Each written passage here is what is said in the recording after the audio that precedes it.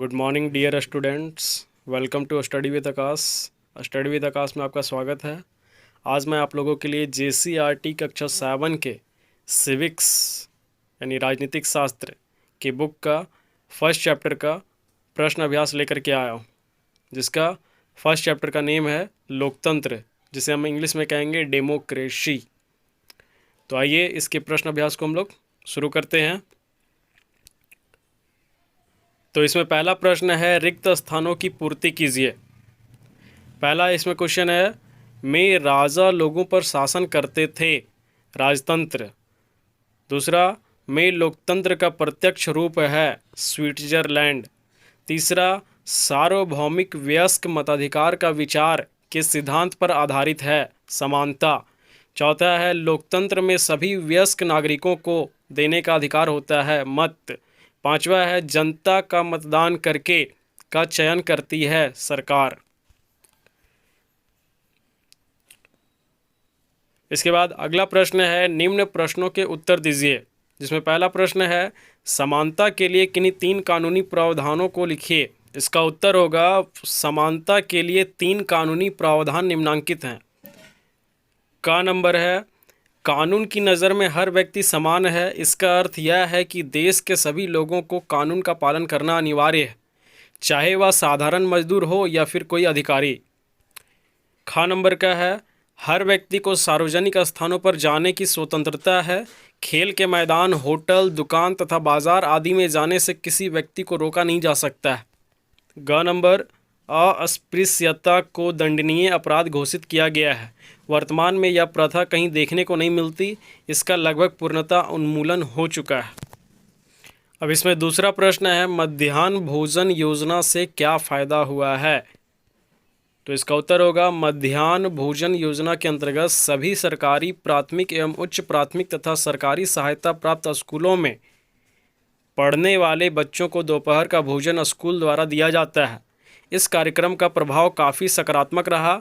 जैसे विद्यालयों में गरीब बच्चों के नामांकन दर में बढ़ोतरी हुई, विद्यालय में उनका ठहराव होने लगा। दोपहर को अपने बच्चों को खाना खिलाने के लिए काम छोड़कर घर आने वाली माताओं को इससे काफ़ी राहत मिली। यह कार्यक्रम जातिगत पूर्वाग्रहों को कम करने में सहायक हुआ है। अगला प्रश्न है, नागरिक अधिकार आंदोलन क्या है। तो इसका उत्तर होगा, एक आंदोलन जो संयुक्त राज्य अमेरिका में 1950 के दशक के अंत में प्रारंभ हुआ और जिसमें अफ्रीकी अमेरिकन लोगों ने नस्लगत भेदभाव को समाप्त करने और समान अधिकारों की मांग की। अगला प्रश्न है, सार्वभौमिक वयस्क मताधिकार क्या है। इसका उत्तर होगा, यह एक लोकतंत्रीय समाज का अत्यंत महत्वपूर्ण पहलू है। इसका अर्थ है कि सभी वयस्क 18 वर्ष एवं उससे अधिक आयु के नागरिकों को वोट मत देने का अधिकार है, चाहे उनकी सामाजिक या आर्थिक पृष्ठभूमि कुछ भी हो। इसे सार्वभौमिक वयस्क मताधिकार कहा जाता है। अगला प्रश्न है, किसी सफल लोकतंत्र की 2 विशेषताओं को बताएं। तो इसका उत्तर होगा, का नंबर देंगे हम लोग, लोकतंत्र आम लोगों की भलाई का मनोरथ रखता है। लोकतंत्र लोगों का लोगों द्वारा और लोगों के लिए शासन है। लोकतंत्र में प्रभुसत्ता लोगों के हाथों में होती है, इसलिए जनता प्रत्यक्ष या अप्रत्यक्ष रूप से खुद ही शासक होती है। खा नंबर का पॉइंट है इसी में, यह समानता के सिद्धांत पर आधारित है। लोकतांत्रिक शासन प्रणाली का मुख्य सिद्धांत समानता है। इसका मतलब केवल राजनीतिक समानता नहीं है, बल्कि आर्थिक और सामाजिक समानता भी है। लोकतंत्र में जाति, संपत्ति, धर्म या रंग के आधार पर राजनीतिक क्षेत्र में कोई भेदभाव नहीं किया जाता है, बल्कि सभी को विकसित होने के लिए समान अधिकार दिए जाते हैं।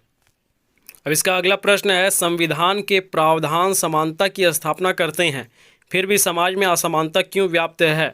तो इसका उत्तर होगा, प्रायः कुछ लोगों के साथ असमानता का व्यवहार बस इस कारण होता है कि उनका जन्म किस जाति, लिंग या धर्म में हुआ है, अथवा वे अमीर हैं या गरीब। जब लोगों के साथ किसी कारण से असमानता का व्यवहार किया जाता है तो उनकी गरिमा को ठेस पहुंचती है, उनके आत्मविश्वास में कमी आ सकती है। अब अगला प्रश्न है, किसी सफल लोकतंत्र की विशेषता उसके नागरिकों को मताधिकार एवं अन्य क्षेत्रों में प्राप्त समानता से है, चर्चा कीजिए। इसका उत्तर होगा यह समानता के सिद्धांत समानता है। इसका मतलब केवल राजनीतिक समानता नहीं है बल्कि आर्थिक और सामाजिक समानता भी है। लोकतंत्र में जाति, संपत्ति, धर्म या रंग के आधार पर राजनीतिक क्षेत्र में कोई भेदभाव नहीं किया जाता है बल्कि सभी को विकसित होने के लिए समान अधिकार दिए जाते हैं। अब अगला प्रश्न है, आपके विद्यालय में गठित बाल संसद में किस तरह से लोकतांत्रिक प्रतिनिधित्व की प्रक्रिया का पालन किया जाता है, व्याख्या कीजिए। तो इसका उत्तर होगा बाल संसद का गठन विद्यालय में विद्यार्थियों में लोकतंत्र की समझ को विकसित करने का एक प्रायोगिक योजना है। इससे विद्यार्थियों में नेतृत्व करने, समस्या के समाधान ढूंढने, निर्णय लेने एवं सामूहिक एकता की भावना का विकास होता है। झारखंड के प्रत्येक सरकारी विद्यालय में बाल संसद का गठन किया जाता है। बाल संसद में प्रधानमंत्री समेत 11 मंत्री होते हैं। प्रत्येक का निश्चित कार्य निर्धारित होता है। बाल संसद के सदस्य विद्यालय के विकास के लिए किए जा रहे कार्यों की समीक्षा करते हैं। इनकी अपनी एक कार्य योजना होती है। बाल संसद में सांसदों की अधिकतम संख्या 80 होती है, जो विद्यालय में नामांकित विद्यार्थियों की संख्या पर निर्भर करती है। तो इस तरह से आपका सिविक्स का पहला चैप्टर का अभ्यास कंप्लीट होता है। अब हम लोग इसके कुछ MCQ यानी मल्टीपल चॉइस क्वेश्चंस की ओर बढ़ते हैं।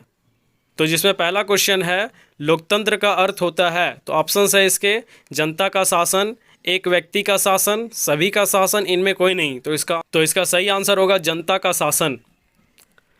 अगला प्रश्न है, भारत में प्रजातंत्र है, इसके ऑप्शंस है प्रत्यक्ष, अप्रत्यक्ष, पहला और दूसरा दोनों, इनमें कोई नहीं। तो इसका सही आंसर होगा अप्रत्यक्ष।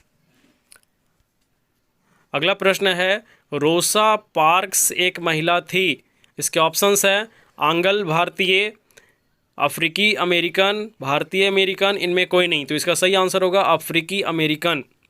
अगला प्रश्न है, सार्वभौमिक वयस्क मताधिकार का विचार आधारित है, इसके ऑप्शंस हैं समानता का सिद्धांत, मौलिक अधिकार, आत्मसम्मान का सिद्धांत, इनमें कोई नहीं। तो इसका सही आंसर होगा समानता का सिद्धांत। अगला प्रश्न है, किसने अमेरिका में नागरिक अधिकार आंदोलन का नेतृत्व किया, इसके ऑप्शंस है Martin Luther king, Donald Trump, George Washington, इनमें कोई नहीं। तो इसका सही आंसर होगा मार्टिन लूथर किंग। अगला प्रश्न है, किसे अमेरिका का गांधी कहा जाता है, तो इसके ऑप्शंस हैं Nelson Mandela, Martin Luther King, Rosa Parks, इनमें कोई नहीं। तो इसका सही आंसर होगा मार्टिन लूथर किंग। अगला प्रश्न है, किस वर्ष फिल्म दीवार बनी, तो इसके ऑप्शंस हैं 1975, 1990, 1980, इनमें कोई नहीं। तो इसका सही आंसर होगा 1975, 1975। इसका अगला प्रश्न है, जनप्रतिनिधि किसके प्रति उत्तरदायी होते हैं, तो ऑप्शंस है जनता, राजा, व्यापारी, इनमें कोई नहीं। तो इसका सही आंसर होगा जनता।